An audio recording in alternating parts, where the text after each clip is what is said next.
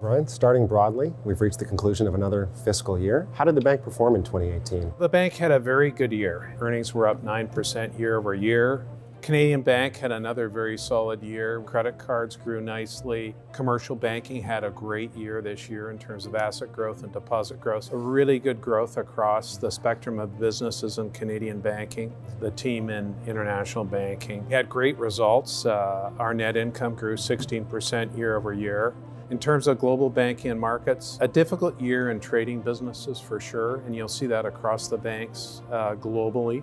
2018 was also a year of big moves for Scotiabank in the wealth space. Do you think that we now have all the component pieces necessary to really drive that business in the future? I do. I think we made a terrific amount of headway in the wealth management space with the two acquisitions. And the wealth space it's hard to gain critical mass by building it on your own, and we've done a very good job in the past with Scotia Funds.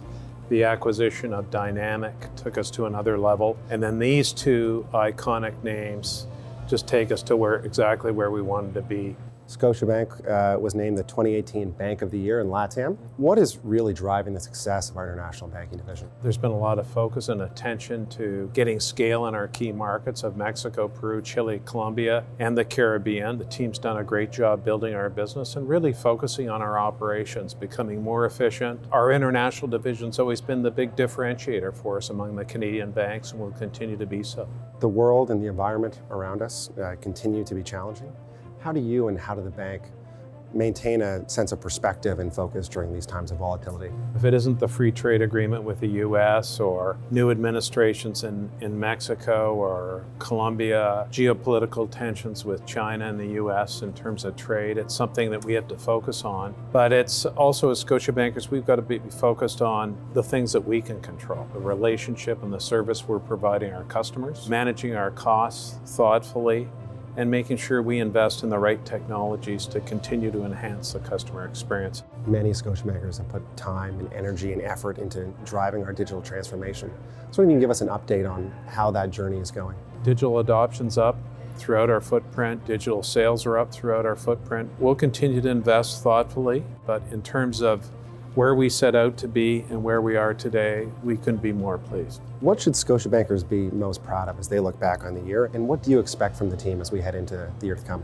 We can be very proud of what we've done for our customers here. Our NPS scores continue to increase here in Canada and throughout our international footprint. What our team has to be focused on in 2019, certainly the sense of urgency and focus is really important. I hear that from our customers. The bank is really on its front foot in terms of how we're dealing with issues, presenting our customers and clients with ideas. And I think that performance orientation of being thoughtful and professionally aggressive stand out. For you personally, it's now been 5 years as CEO here at Scotiabank. Is there a moment that you think back of as your proudest moment?